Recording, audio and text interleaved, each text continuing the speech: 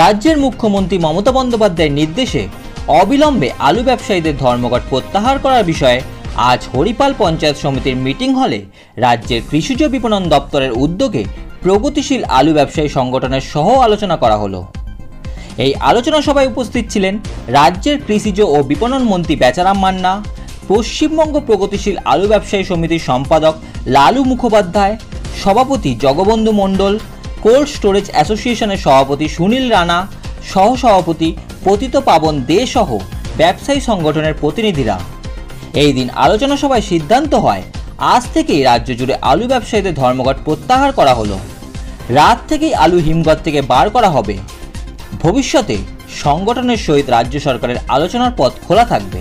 আমরা যে যৌথভাবে যে আলু দিয়ে গভর্নমেন্টকে ইতিপূর্বে সাহায্য করেছিলাম সেইভাবে আমরা সাহায্য করব, যাতে মার্কেটের একটা অস্বাভাবিক কিছু উচ্চ ভাব না আসে, সেটাকে যাতে স্বাভাবিক রাখা যায় সেটাকে আমরা চেষ্টা করি। এবং আমাদের মাননীয় মন্ত্রীকে এটাও বলছি যেসব আমাদের এখানে যে প্রোডাকশন, আমাদের এখানে অ্যাকচুয়ালি যা প্রোডাকশন সারা বছরে যে প্রায় 100 থেকে 110 লাখ টন স্বাভাবিক প্রোডাকশন হয়, এই আলু আমাদের পশ্চিমবাংলার খাওয়ার ক্ষমতা নেই। আমাদের এখানে 65 থেকে 70 লাখ টন হলে আমাদের এখানে চলে যায়, কিন্তু আমাদের এখানে প্রোডাকশন হচ্ছে 110 লাখ টন, কোনো বছর 120 লাখ টন পর্যন্ত প্রোডাকশন হয়। এই প্রোডাকশনটা আমরা বাইরের রাজ্যে চিরকাল এরা পাঠিয়ে আসছে, এবং যার ফলে আমাদের এখানকার অর্থনীতিও আলুর উপর একটা বিরাট ডিপেন্ড করে। সেই ডিপেন্ডেন্টটা আমরা চাই যে সেটাও বজায় থাকুক। কিভাবে বজায় রাখা যাবে, আমাদের এখানে দেশের চাহিদা মিটিয়ে কতটুকু যাওয়া যাবে সেটুকু আমরা পর্যালোচনা করে আমরা সেটাও চেষ্টা করব, যাতে এখানকার অর্থনীতি ঠিকমতো থাকে, চাষিরা এখানকার চাষিরাও বাঁচে, সেটাও চেষ্টা করতে হবে। কারণ এখানে এই আলুর দামের সঙ্গে সঙ্গে চাষির দামেরও একটা রিলেশন আছে। গত বছর এবছর আলুটা বেশি দাম পেয়েছে চাষিরা, কেন? এই কারণেই যে এরা তো রেখেছিল বলেই তো আলুটা দাম পেয়েছে, এবং সেই দামের সমতা রেখেই আলুটা হয়তো এরা 1 টাকা 2 টাকা লাভ করছে, এর বেশি কিছু নয়। সুতরাং সেইটাকে যাতে বজায় থাকে সব সার্বিকভাবে, এবং আলুটা আবার ন্যায্য মূল্যে যাতে এখানে পায়, সেটা আমরা সহযোগিতা করব, এইটুকু আপনাদের জানাই। প্রকৃতি নির্ভর আলু, প্রকৃতির খামখেয়ালিপনায় আলু প্রোডাকশনটা কম হয়, ফলে আমরা আজকে সাফারার হচ্ছি। আলুর দাম বৃদ্ধি পায়, আমরা সারা ভারতে দ্বিতীয় স্থানে আছি আলু প্রোডাকশনে। তো আমরা কোল্ড স্টোরেজের তরফ থেকে এইটুকু মাননীয় মন্ত্রীর সামনে অনুরোধ করতে পারি যে এই আলু আমরা যেহেতু ভারতবর্ষের দ্বিতীয় স্থানে আছি, আমরা সব দিনই আমাদের রাজ্যের মানুষকে যে প্রাইসে আলুটা প্রোডাকশন কস্ট হয় তার উপরে কোল্ড স্টোরেজ জাত করে যে বৃদ্ধি করতে হয়, যে প্রাইস হয়, সেই সব মিলিয়ে আমরা দ্বিতীয় স্থানে থাকার জন্য আমরা চিরকালই আমাদের রাজ্যের মানুষকে সঠিক মূল্যে আলু খাওয়াতে পারবো, এইটুকু আমরা আশা রাখি। এখানে কৃষকরা এবং যারা আলু ব্যবসার সাথে যুক্ত যে মানুষরা বন্ধুগণ আছেন, ছোট ক্ষুদ্র ব্যবসায়ী, তারা কেউ অন্যায় কাজ করেন না, যাতে করে পশ্চিমবঙ্গের মানুষ বা আমার রাজ্যের মানুষকে আলু বেশি দামে খেতে হবে। এটা সম্পূর্ণ প্রকৃতি নির্ভর, ফলে আলুর দাম বৃদ্ধি পায়।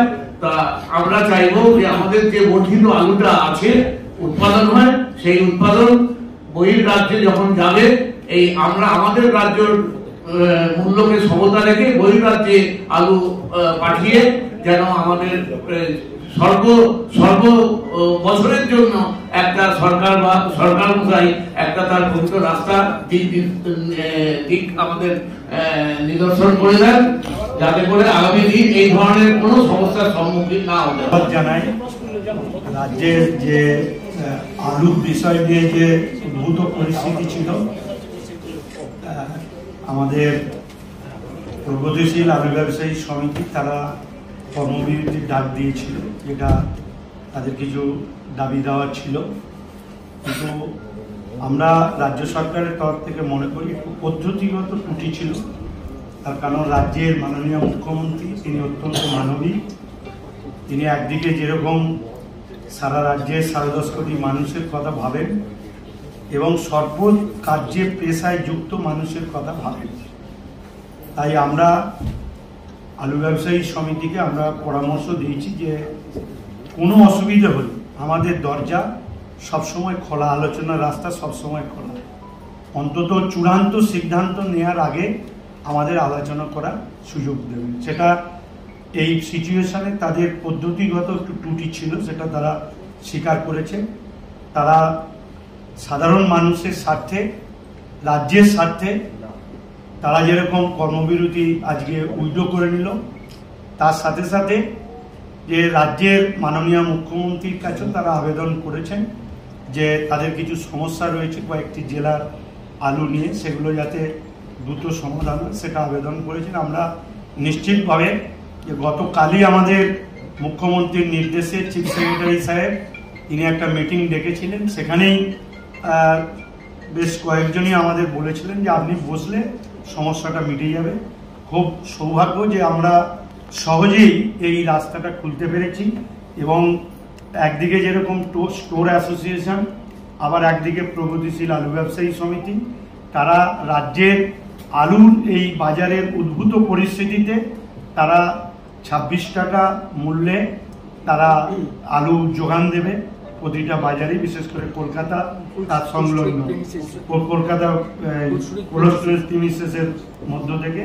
এবং তারা রাজ্য সরকারের এর আগেও এরকম ঘটনা ঘটেছে 13 শেষে এবং 14, সেখানেও স্টোর অ্যাসোসিয়েশন এবং আমাদের প্রগতিশীল আলু ব্যবসায়ী সমিতি সরকারের পাশে ছিল।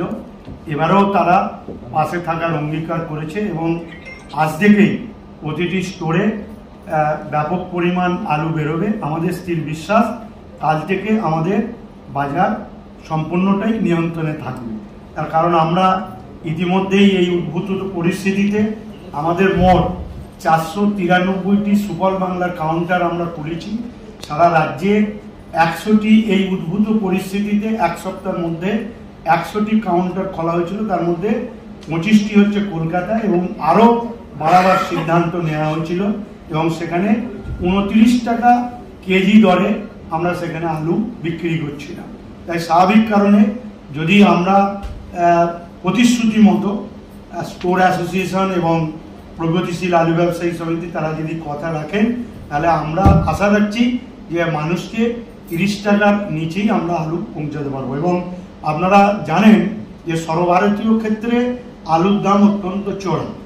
দিল্লি থেকে আরম্ভ করে যে শহরেই যাবেন না কেন 45 টাকার নিচে কোথাও আলু নেই।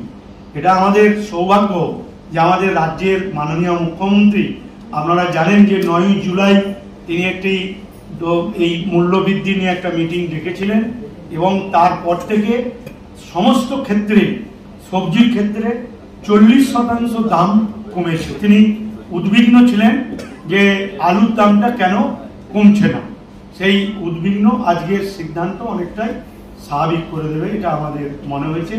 তাই আমি রাজ্য সরকারের পক্ষ থেকে ধন্যবাদ জানাবো প্রগতিশীল আলু ব্যবসায়ী সমিতি, স্টোর অ্যাসোসিয়েশনের কর্মকর্তাদের, তাদের সকলের উদ্যোগের মধ্য দিয়ে আমরা একটা জায়গায় পৌঁছাতে পেরেছি এবং আগামী দিন উচ্চ পর্যায়ে তাদের সমস্যাগুলো যাতে দ্রুত সমাধান হয় সে ব্যাপারেও আমরা নজর রাখবো। মানুষের স্বার্থে আমরা যেটা কর্মবিরতি করেছিলাম সেই কর্মবিরতিটা তুলে নিলাম এবং আগামী দিন বিগত দিনে আমরা যেরকম সরকারের পাশে ছিলাম 2014 সালে 13 শেষ থেকে 14 সালে বিভিন্নভাবে আমরা এবং প্রধানমন্ত্রী হিন্দুমানিরা একসাথে আলু দিয়ে সরকারকে সাহায্য করেছিলাম। সরকার যদি সেরকম কোন রকম পদক্ষেপ নেয় আমরা সরকারের সাথে সেই সাথে আছি এবং মাননীয় মুখ্যমন্ত্রীর পাশেই আছি। আর এর সাথে সাথে আজকের সভা থেকে আমরা মাননীয় সরকারের কাছে আবেদন করব আমাদের যে যে জেলায় আলুগুলো বাইরে যায়, বিশেষত বর্ধমান, বিশেষত বাঁকুড়া, মেদিনীপুর, বীরভূম, মুর্শিদাবাদ, বর্ধমানের একাংশে এবং উত্তরবঙ্গ, এই যে আলুগুলো বহির্রাজ্যে যায় সেটাও যাতে স্বাভাবিকভাবে থাকে সেই জন্য আমরা মাননীয় সরকারের কাছে আজকে জানাবো।